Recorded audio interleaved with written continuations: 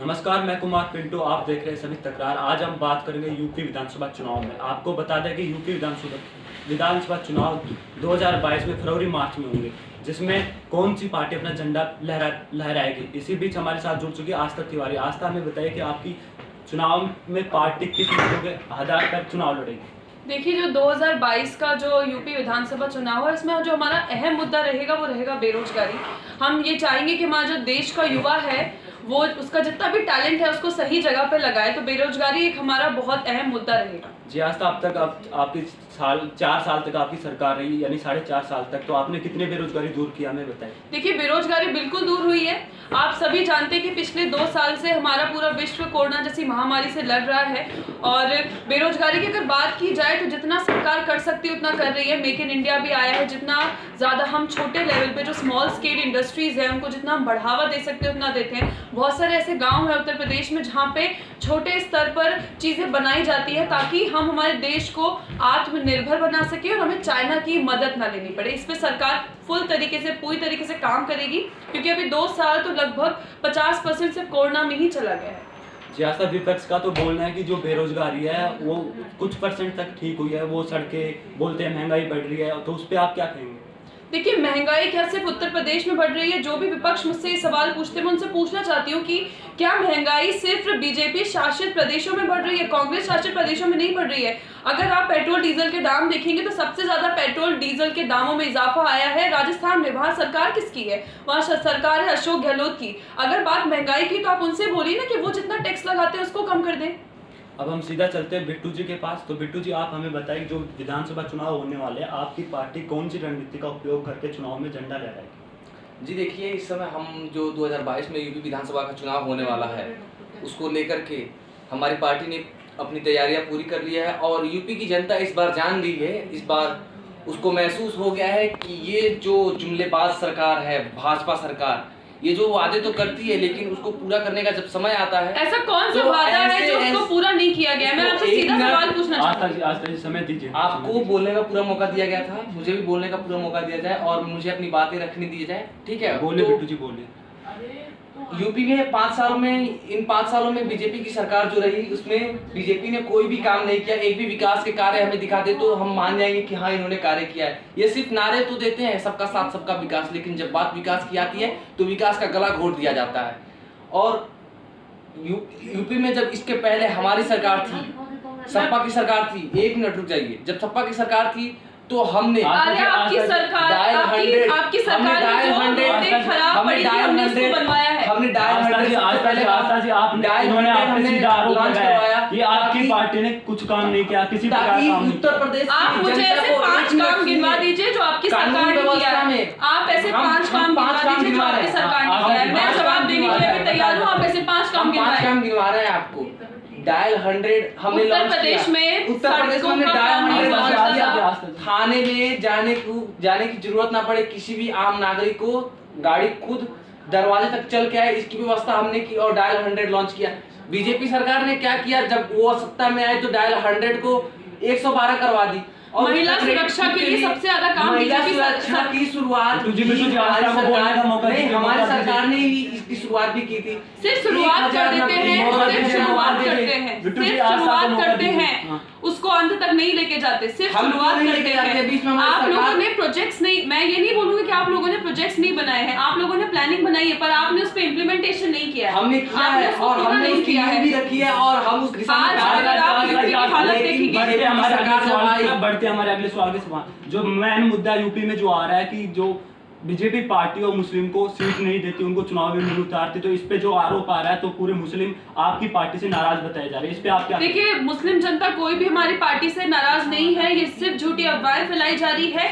अगर यूपी की बात की जाए, अगर भाजपा की बात की जाए तो भाजपा सबका साथ सबका विकास को लेकर हमेशा से चलती है। हमारे लिए हिंदू मुस्लिम सब एक बराबर है। और अगर बात मुस्लिम की जाए तो मुस्लिम हमारे देश की दूसरे नंबर की सबसे ज्यादा आबादी है। मुस्लिम हमारे देश की दूसरे नंबर की सबसे ज्यादा आबादी है, तो उनको माइनॉरिटी में से क्यों ट्रीट शांति बनाए रखे, शांति बनाए रखे, इनको बोलने का मौका दीजिए, आपको मौका मिलेगा। और कर्मों में अंतर होता है। यहाँ पे सिर्फ मीडिया के सामने बैठ करके बोल देने से हिंदू मुसलमान के एक होने का नारा लगा करके आप उनकी एकता का परिचय नहीं दे सकते। तुष्टिकरण की राजनीति आप करते हैं, ये सब जानते हैं, पूरी उत्तर प्रदेश की जनता जानती है कि आप हिंदू मुसलमान की राजनीति सत्ता में आए हैं। मैं आपको पहले बोलने का, आप मुझे समझ नहीं आता कि कोई इंसान इतना झूठ इतनी सफाई से बोल कैसे लेता है। देखिए, तुष्टिकरण की राजनीति आप करते हैं, ये बात उत्तर प्रदेश की जनता जान चुकी है। और उत्तर प्रदेश में पिछले 4 या 5 साल में जितना विकास हुआ है उतना विकास आज तक नहीं हुआ, उतना विकास आज तक नहीं हुआ।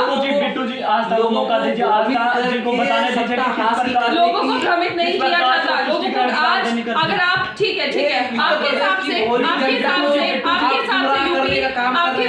उत्तर प्रदेश में काम नहीं हुआ, आपके हिसाब से उत्तर प्रदेश में काम नहीं हुआ, तो आप मुझे ऐसे 5 राज्य बता दीजिए जहाँ कांग्रेस की सरकार है और वहाँ पे क्या काम हुआ, आप मुझे बता दीजिए। मैं कांग्रेस के समर्थन में भी कहा हूँ, मैं तो अपने पार्टी की बात कर रहा हूँ, मैं सपा की बात कर रहा हूँ।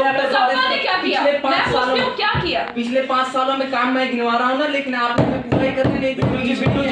बिट्टू जी रुको हम जो सवाल लगाया आपने तुष्टिकरण का, उनको जवाब तो देने दीजिए। आज तक देखिए, मैं इतना कहना चाहूंगी कि पूरा देश आज जानता है कि उत्तर प्रदेश में जितना गुंडा राज हटाया गया है, जितना महिलाओं की सुरक्षा को लेकर काम किया गया है, कोरोना में जो सबसे बेहतरीन काम किया है वो योगी सरकार ने किया है। ये सब जानते हैं। अगर आज आप साउथ की बात करें, अगर आज आप ये सुनिए तो गुंडा राज सबसे ज्यादा बढ़ जाती है किसी के शासन में, तो बीजेपी शासित राज्यों में ही गुंडा राज। अच्छा, आपकी बात बताइए, आपकी सरकार में क्या गुंडा राज नहीं था? मैं आपसे सीधे तौर पर सवाल पूछती हूं। सरकार में गुंडा राज था, लेकिन हमने उस पे क्या काम किया? आप मुझे ऐसे 4 योजनाओं के नाम बता, आप मुझे ऐसी 4 योजनाओं के नाम बता दीजिए जो योजनाएं आपने चलाई आपने बहुत योजनाएं, पर आपने सिर्फ आपकी सरकार ने उसका पैसा लिया और पैसा खाया है, उसको आपने इम्प्लीमेंट नहीं किया, आप उसको अंदर तक नहीं लेके गए। आप मुझे ऐसी 4 योजनाओं के नाम बता दीजिए, आज मैं आपसे पूछती हूँ। हमने उत्तर प्रदेश की जनता को, छात्रों को, जब वो 12वीं पास हुए तो हमने लैपटॉप बांटने का वादा किया और हमने बांटा भी।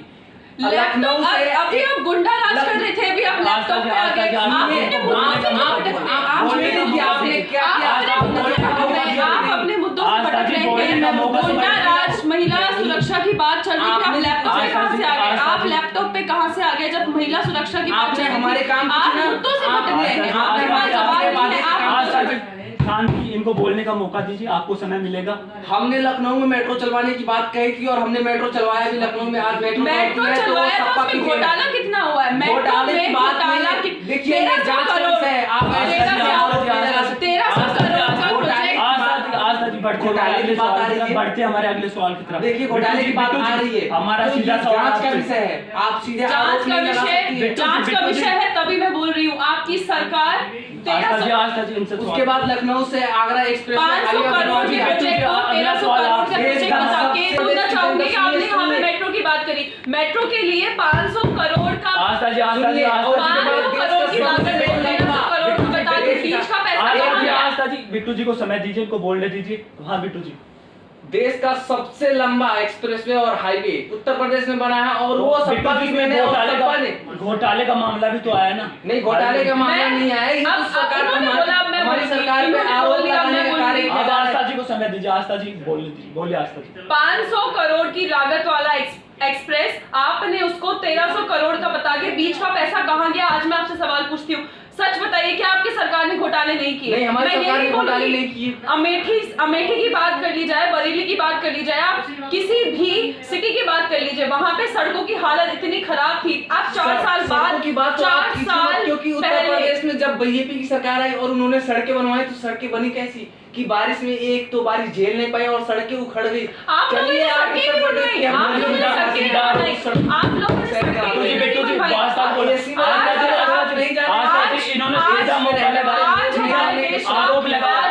आज हमारे देश का हर नागरिक उत्तर प्रदेश में गर्व से घूम सकता है। योगी सरकार ने पिछले 4 साल में इतना काम किया है जितना अभी तक किसी सरकार ने नहीं किया। आप कितने सारे विश्वविद्यालयों का उन्होंने उद्घाटन किया है, आप जाके वहां पे देख लीजिए। राम मंदिर का मुद्दा सामने आया, उसमें भी योगी सरकार का बहुत बड़ा हाथ था। देखिए, यही तो मैं कहना चाहता हूं। बिट्टू जी, अगले सवाल की तरफ बढ़ते हैं। आप हमें बताएं कि आपकी पार्टी ओवैसी के साथ गठबंधन करके 70 से 80 सीटों पे चुनाव लड़ेगी, तो ओवैसी जी की जो वो तो एकदम हिंदूवादी है। गठबंधन आगे होगा या नहीं इस मामले में अभी कुछ कहा नहीं जा सकता, लेकिन फिलहाल हमारी ऐसी कोई भी मंशा नहीं है गठबंधन करने की। देखिए, मैं आपको एक चीज बताती हूँ कि जब अकेला शेर होता है ना, तो छोटे छोटे जानवरों को साथ में आना ही पड़ता है। तो जब शेर अकेला लड़ता है तो बाकी इस बात करूंगी। आपने एक सवाल उठाया गठबंधन का, तब जब जंगल में शेर अकेला आता है तो बाकी को साथ में आना पड़ता है। देखिए, मैं आज दावे से कहती हूँ कि उत्तर प्रदेश में दोबारा से योगी सरकार आएगी और पूर्ण बहुमत के साथ अपनी सरकार बनाएगी। लेकिन ये दावे से कह सकती जनता को आसान नहीं है। आपका बिट्टू जी समय पूरा हुआ आपका। 2 से 4 इसी प्रकार से होते रहेंगे, देखते रहे तकरार।